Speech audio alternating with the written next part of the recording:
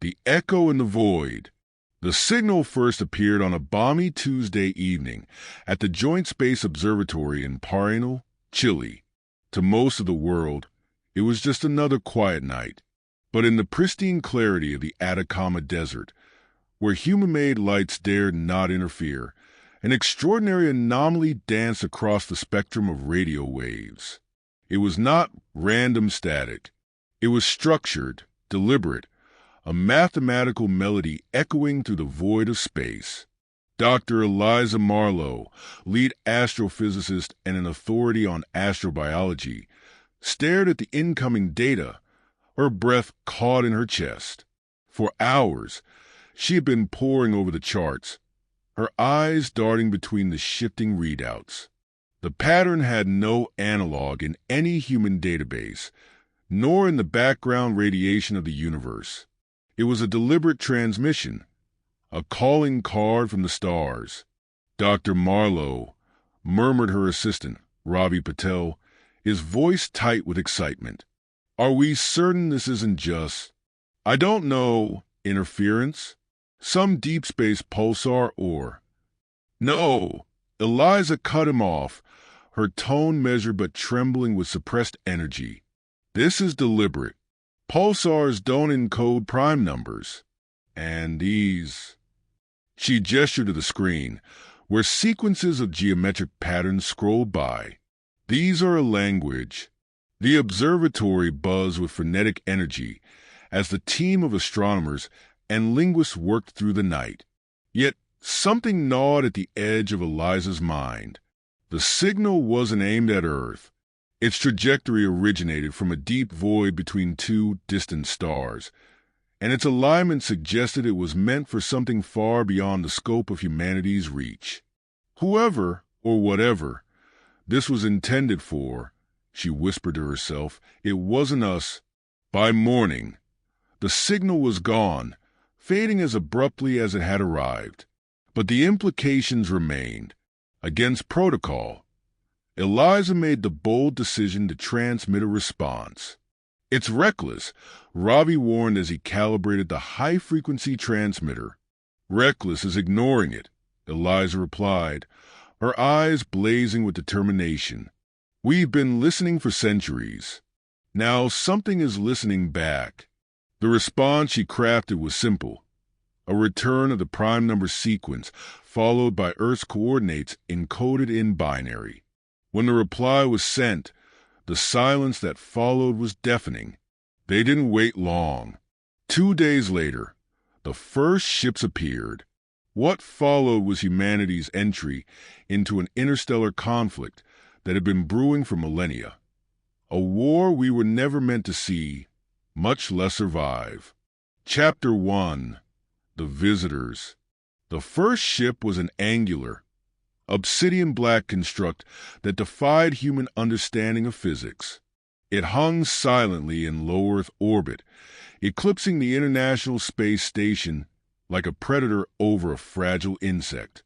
Within minutes of its appearance, global communications networks were overwhelmed with panic and speculation. News outlets speculated about alien invasion, while governments scrambled to keep the population calm.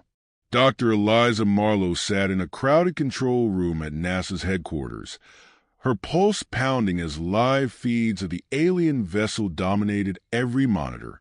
Its surface shimmered with strange geometric patterns, and its movements were unervingly precise. "What do we know?" she asked, leaning over a technician's console. "Minimal," the technician replied, sweating as he processed streams of telemetry. "The ship isn't emitting any detectable energy signatures. No propulsion, no weapons. Nothing we can recognize." Ravi, seated nearby, chimed in. "If they're here to talk, why haven't they said anything? It's been 8 hours. This feels like a test or a warning," Eliza muttered under her breath. The signal came shortly after. A piercing burst of static ripped through every communication system on the planet, from radios to satellites. Hidden within the noise was a voice, or something like a voice. It wasn't in any known language, yet it resonated with an unsettling clarity in the minds of those who heard it. The words, or what humanity interpreted as words, were chillingly simple. This signal is not for you. Cease interference. Eliza felt the weight of the words like a hammer to her chest. They know we responded, she said aloud, her voice trembling. What do we do? Ravi asked, his tone bordering on panic. We answer again, Eliza said firmly, her gaze fixed on the alien ship. The room erupted in protest. Are you insane? Barked General Lawrence Reed, a grizzled Air Force veteran tasked with overseeing the crisis. They've just told us to back off, and you want to poke the bear? They're already here, General. Eliza shot back. If they wanted to destroy us, they wouldn't be sitting in orbit. They'd be firing. Communication might be our only way to prevent this from escalating. Despite the objections, Eliza was granted permission to craft a second response. Her message was simple and cautious. We apologize for any unintended interference. We are a peaceful species seeking knowledge. Please clarify your intentions. Hours passed with no reply. Then, as the world held its collective breath, the ship finally moved. A smaller craft detached from its hull and descended toward Earth, heading straight for an isolated military base in Nevada. The landing site was swarming with armed personnel by the time the alien shuttle touched down. Eliza, flanked by Ravi and General Reed, was among the delegation sent to meet the visitors. The craft itself was mesmerizing, its surface shifting like liquid metal, reflecting the desert landscape in distorted ripples. With a hiss of pressurized air, the shuttle's hatch opened. A figure emerged, its form humanoid but distinctly alien. It stood over 8 feet tall, clad in segmented armor that pulsed faintly with blue light. Its face was obscured by a smooth, featureless mask, but its movements were deliberate, almost regal. Gasps rippled through the crowd as a second figure stepped forward, similar in appearance but smaller, with a slender frame that suggested a less militaristic role. The smaller alien raised a hand, and the air vibrated with an unearthly hum. Its voice resonated in a way that bypassed language entirely, imprinting meaning directly into the minds of those present. You are not the recipients. You risk annihilation by intervening. Why have you responded? Eliza stepped forward, ignoring the panicked looks from the military personnel around her. We didn't know the signal wasn't meant for us. We thought it was an invitation to connect, to learn. The larger alien turned its head toward the smaller one, an unspoken exchange passing between them. Finally, the smaller alien addressed Eliza again.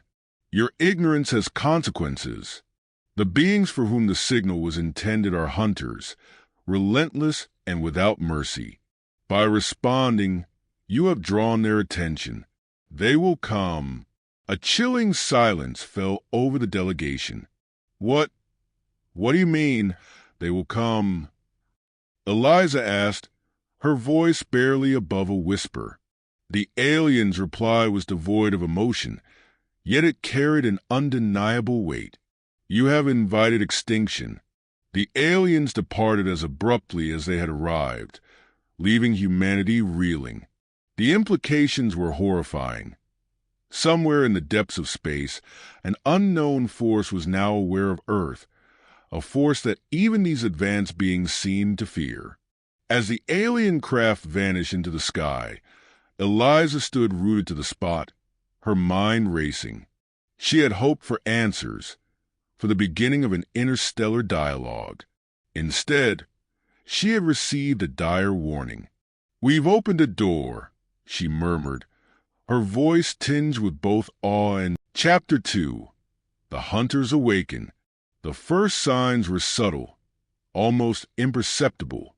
Astronomical observatories across the globe began detecting disturbances in deep space telemetry, anomalies in the faint glow of distant stars. What at first appeared to be minor discrepancies soon coalesced into a terrifying realization. Vast regions of space were darkening, as if something massive, incomprehensibly vast, was blocking the light of entire star systems. Eliza Marlowe sat in the observation deck of NASA's Crisis Command Center, watching in stunned silence as the latest data streamed in. Ravi stood beside her, his face pale. "They're moving," he whispered. "The hunters, they're real and they're coming." The room buzzed with frantic energy as scientists and military leaders argued over the best course of action. But none of it felt real to Eliza. She stared at the images on the screen, vast shadows creeping across the cosmos, converging on a trajectory that pointed directly at Earth. "How long do we have?"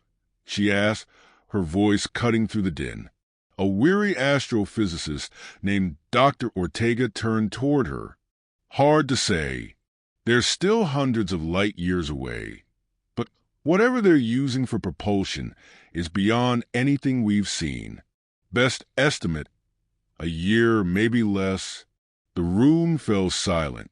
A year. It wasn't enough time to prepare, let alone understand what they were facing. The fragmented response. Within weeks, Earth's governments convened a global emergency summit. The United Nations became a crucible of chaos as world leaders debated how to respond.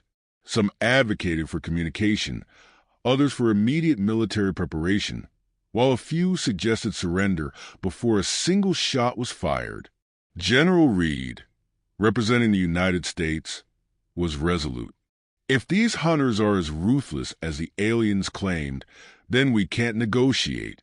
We need to fortify our defenses, consolidate our resources, and prepare to fight." But fight with what? Eliza countered, her frustration mounting. "We don't even know what they are, let alone how to stop them. Throwing missiles at them will be like shooting arrows at a hurricane." Reed's jaw tightened. "Then what do you suggest, Doctor?" "Roll over and hope they show mercy." Eliza hesitated, her mind racing. The only hope she could see lay in understanding their enemy, learning as much as they could in the time they had left. She proposed an audacious plan. Attempt to contact the alien visitors who had warned them. "They've faced the hunters before," she argued.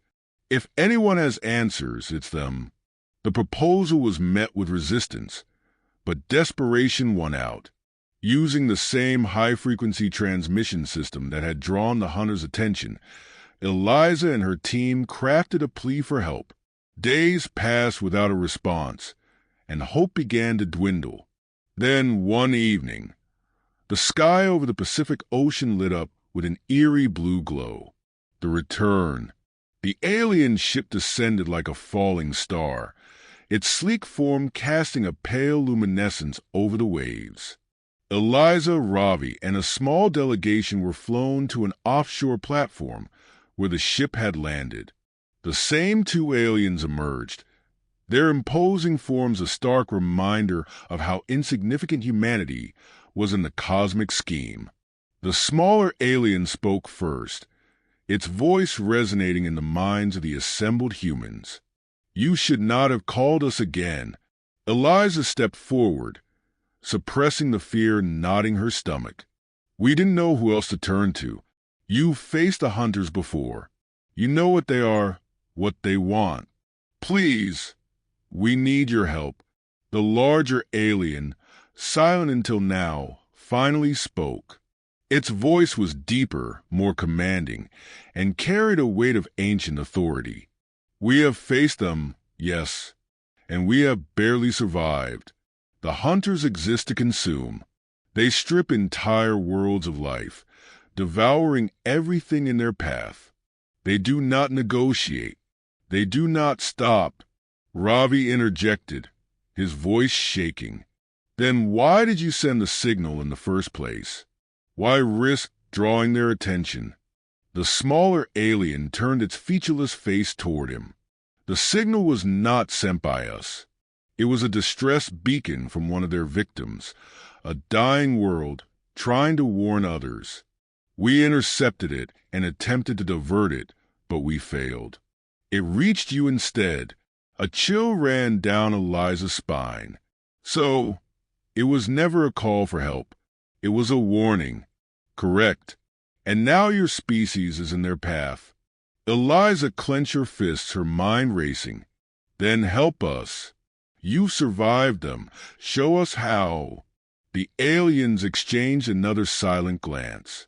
Finally, the smaller one replied, "There is a way, but the cost may be too great for your species to bear."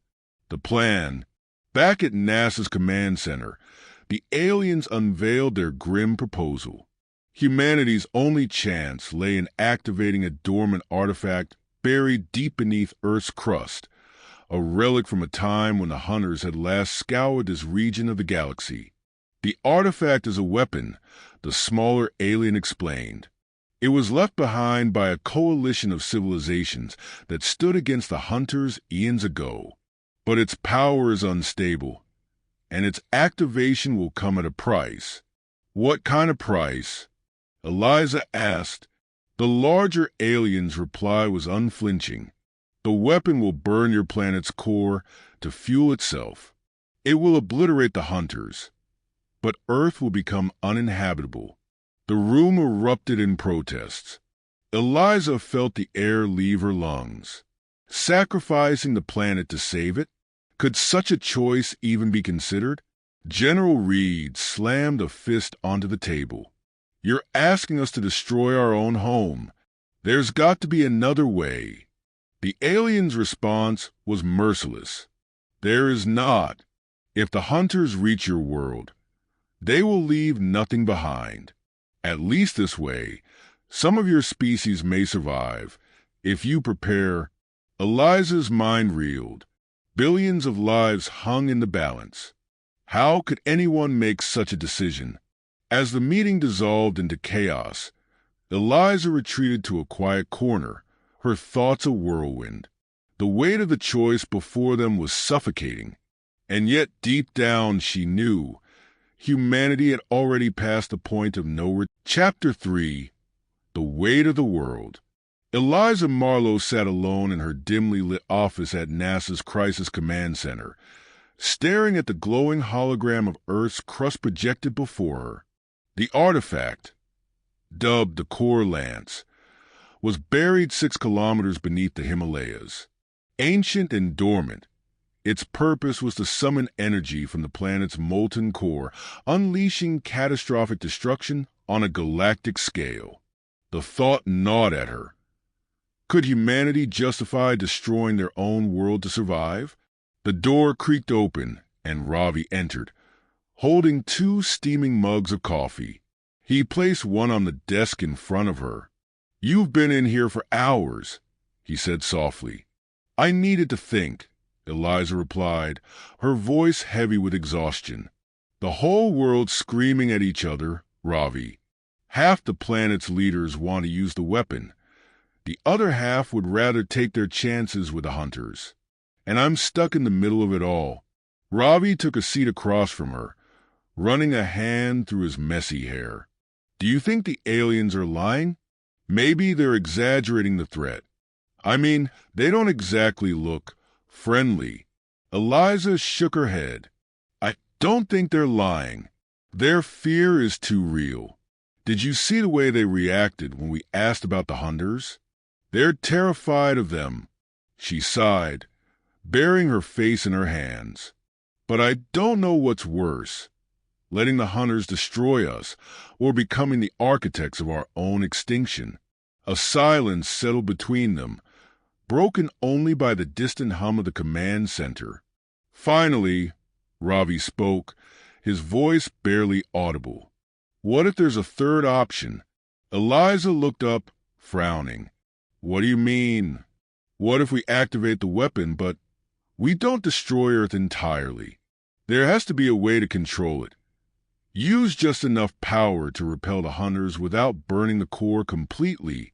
She stared at him, a flicker of hope igniting in her chest. The alien said the weapon was unstable. But maybe they don't know everything. It's ancient, older than them. If we could find a way to stabilize it. We'd need time, Ravi said, finishing her thought, and resources, and the whole world working together, which, well, good luck with that. Eliza smiled faintly. We're scientists, Ravi. Hope is all we have. The world divided. The following weeks were a chaotic blur. The global summit fractured into factions. Those who supported activating the core lance and those who vehemently opposed it. Protests erupted in major cities, with millions taking to the streets, demanding answers and assurances that no one could provide. In the midst of the chaos, Eliza and her team worked tirelessly to analyze the artifact.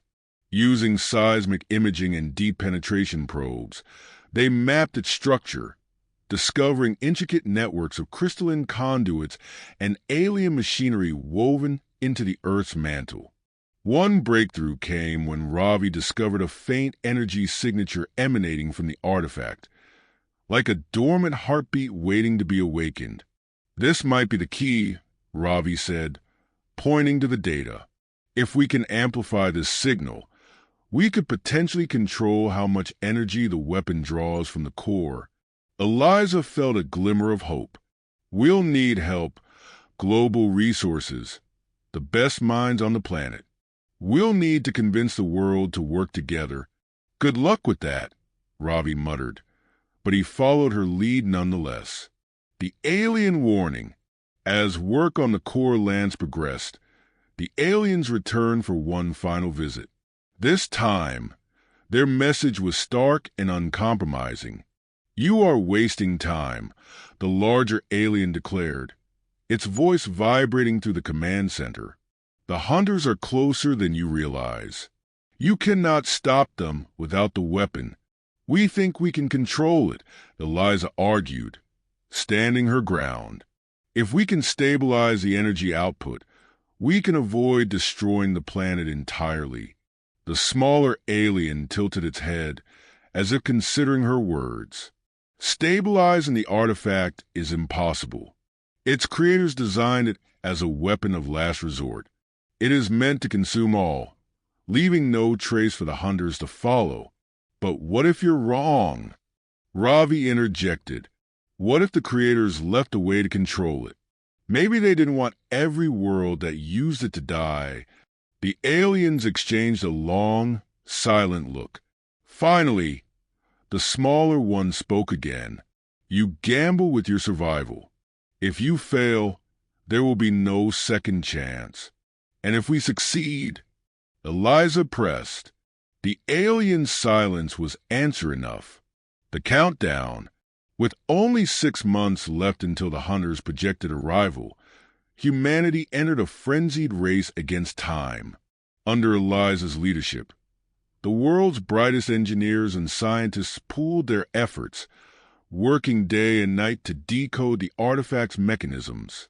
Deep within the Himalayas, a sprawling facility was constructed around the core lance. Massive supercomputers processed endless streams of data, while robotic excavators carefully unearthed the alien device. Its crystalline surface shimmered with an otherworldly light, pulsing faintly like a sleeping giant. As the activation sequence neared completion, tensions reached a boiling point. Riots broke out in some cities, while others became havens of cooperation and unity. The world teetered on the edge of chaos, united only by the impending threat of annihilation. The betrayal. 1 month before the hunters' estimated arrival, disaster struck. A faction of world leaders, fearing the consequences of tampering with the artifact, launched a covert operation to sabotage the project. Explosives rocked the Himalayan facility, killing dozens of scientists and destroying key components of the stabilization system. Eliza and Ravi narrowly escaped the blast, but their work was set back weeks. What were they thinking? Ravi shouted, his voice raw with anger. They've doomed us all. Eliza clenched her fists, fury and despair warring within her. No, she said through gritted teeth. We're not done yet. We'll rebuild. We'll find a way. The clock was ticking, and the hunters were closer than ever. As humanity's final days loomed, the world stood at a crossroads. Would they unite to finish the weapon in time, or would fear and division seal their fate? Eliza knew one thing for certain. If the hunters arrived before the core lance was ready, there would be no Earth left to save. Chapter 4. The Hunters Arrive. The world had held its breath for months, but when the hunters arrived, there was no dramatic fanfare, no colossal ships descending from the heavens, no overt displays of their power. They simply appeared, their fleet emerging from the void like predators stalking prey. Eliza Marlowe stood in the observation deck of the Himalayan facility, her heart hammering in her chest as live feeds from orbit filled the room. The hunters' ships were unlike anything humanity had imagined, vast, organic constructs that pulsed and writhed like living beings. They seemed to shimmer in and out of existence, their forms twisting as if defying the very fabric of reality. They're alive, Ravi whispered, his voice trembling. Or something worse, Eliza replied, her throat dry. The fleet consisted of hundreds of vessels, each one large enough to eclipse entire cities. They moved with an eerie silence, bypassing Earth's orbiting defenses as if they were no more than trivial nuisances. Missiles and lasers fired from the surface were absorbed into the ship's pulsating hulls, vanishing without a trace. They're testing us, General Reed growled, his voice grim, seeing how we respond before they go in for the kill. Eliza tore her gaze from the monitors and focused on the console before her. The core lance was operational, but without the stabilizing mechanisms destroyed in the sabotage, activating it meant an uncontrolled chain reaction. Earth's destruction would be guaranteed. Ravi, she said, her voice urgent, how close are we to finishing the repairs? Not close enough, he replied, frantically typing commands into his terminal. The sabotage set us back weeks. We've barely reconnected half the stabilization nodes. We don't have weeks, Eliza said, her tone sharp. We're out of time. The first strike. The hunters made their first move at dawn. A single ship descended into Earth's atmosphere, its approach heralded by an electromagnetic pulse that disabled power grids across entire continents. The vessel hovered over Tokyo, its shadow swallowing the city. The world watched in horror as massive tendrils emerged from the ship's hull, reaching down to the surface like grotesque vines. Buildings crumbled under their touch, disintegrating into ash as the tendrils absorbed everything in their path, metal, concrete, even people. It's feeding, Ravi said, his face pale as he watched the destruction unfold. It's not just feeding, Eliza replied, her voice shaking. It's harvesting, stripping the planet piece by piece. The military responded with everything they had, fighter jets, ballistic missiles, orbital strikes, but nothing penetrated the ship's shimmering defenses. The hunters were untouchable. A desperate gamble. Back at the Himalayan facility, Eliza made the hardest decision of her life. We have to activate the lance, she said, her voice resolute. Ravi spun to face her, his eyes wide with disbelief. Without the stabilizers? Eliza, it'll destroy the planet. If we don't, the hunters will destroy it anyway, she shot back. At least this way, we have a chance to take them down with us. General Reed stepped forward, his expression grim but determined. She's right. We've exhausted every other option. It's this or nothing. The room fell silent as the weight of the decision settled over the team. Finally, Ravi nodded, his shoulders slumping in defeat. All right, let's do it. The activation. The core lance's activation sequence was a delicate and dangerous process. Deep beneath the Earth's crust, the artifact roared to life, its crystalline conduits glowing with an intense, otherworldly light. The ground trembled as seismic activity surged, sending shockwaves through the facility.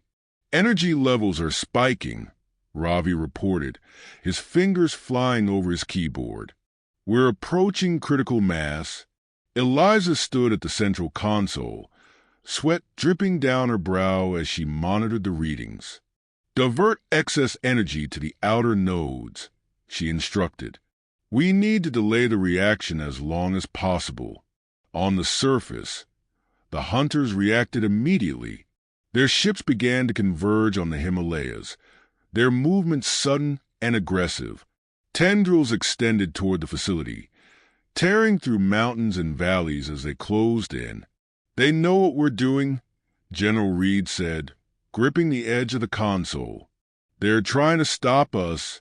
Not on my watch, Eliza muttered. She turned to Ravi. Can we overload the Lance's output? Channel everything into one massive pulse. Ravi hesitated, his face pale. We can, but it'll burn out the system completely.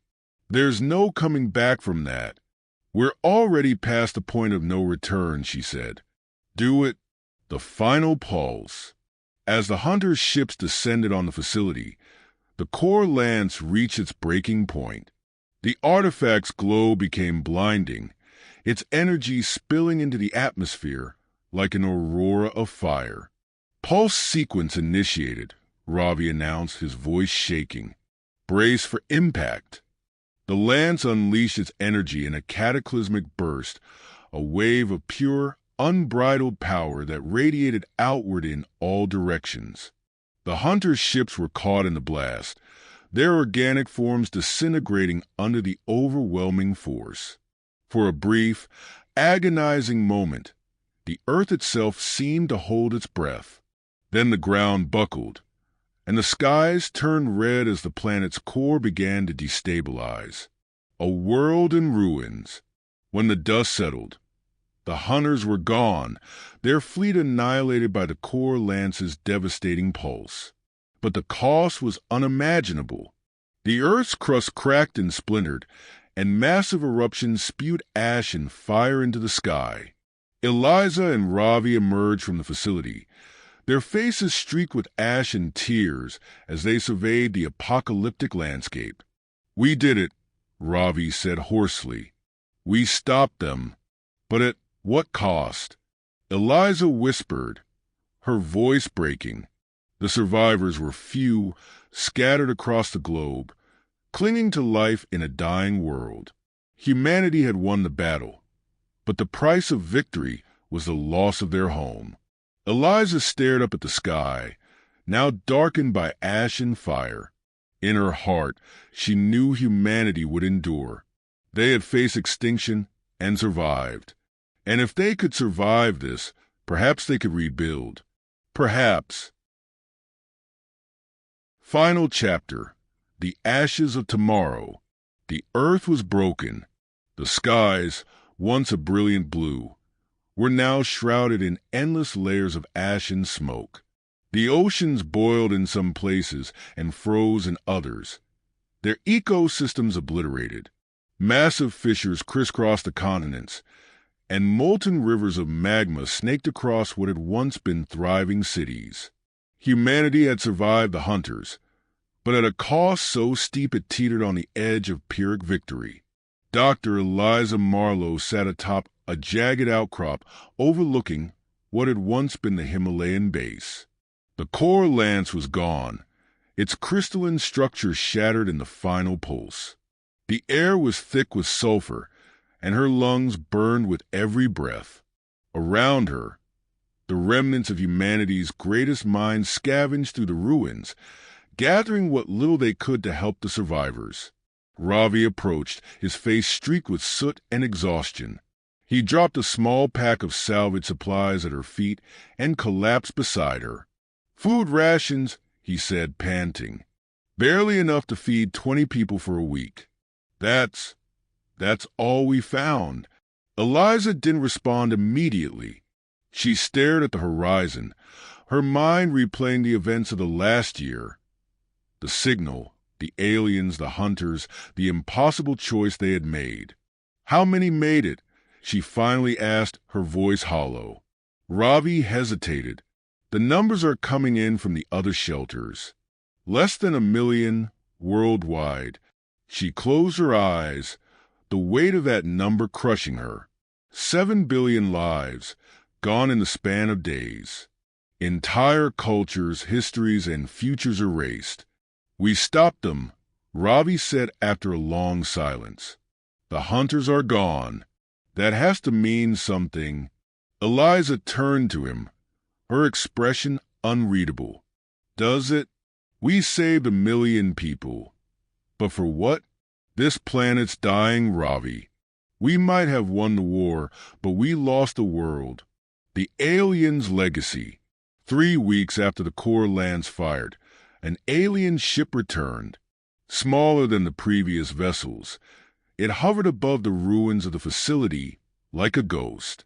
This time, it did not stay silent. The smaller alien, the one who had spoken to them before, descended from the ship. Its armor was cracked and dulled, as if the hunters' destruction had taken a toll even on them.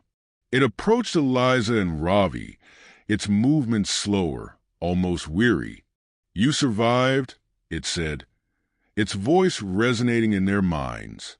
"Barely," Eliza replied, bitterness lacing her tone. The alien tilted its head. "Survival is a victory. Many who faced the hunters before you did not achieve even that." Eliza stood, her exhaustion giving way to anger. "You told us we had no choice. You gave us a weapon that destroyed everything we fought to protect. And now what? Are you here to pick through the scraps of what's left?" The alien was silent for a long moment. Then it raised a clawed hand, projecting a holographic map of the galaxy into the air. Dozens of star systems were marked with glowing symbols, each one a beacon of light in the darkness. "These are worlds that resisted the hunters," it said. "Some survived as you have. Others did not. But all share one thing in common: they rebuilt." Ravi stepped forward, his eyes scanning the map. "Are you saying we could start over? Build somewhere else?" "There is a system within your reach," the alien replied. "A planet with conditions suitable for your kind. It is not without challenges, but it may serve as a new home. We can guide you there." Eliza's mind raced. The possibility of escaping Earth's impending death was tantalizing, but the enormity of such an undertaking was staggering. "What's the catch?" she asked warily. The alien's response was simple. "There is no catch. We have no use for your species, but neither do we wish to see you perish. Your survival is your own responsibility. The Exodus." It took months to organize the Exodus. Humanity's remaining resources were pooled into the construction of massive colony ships, each one a testament to human ingenuity and desperation. The alien visitors provided schematics for advanced propulsion systems and life support technologies, but the work itself fell to humanity.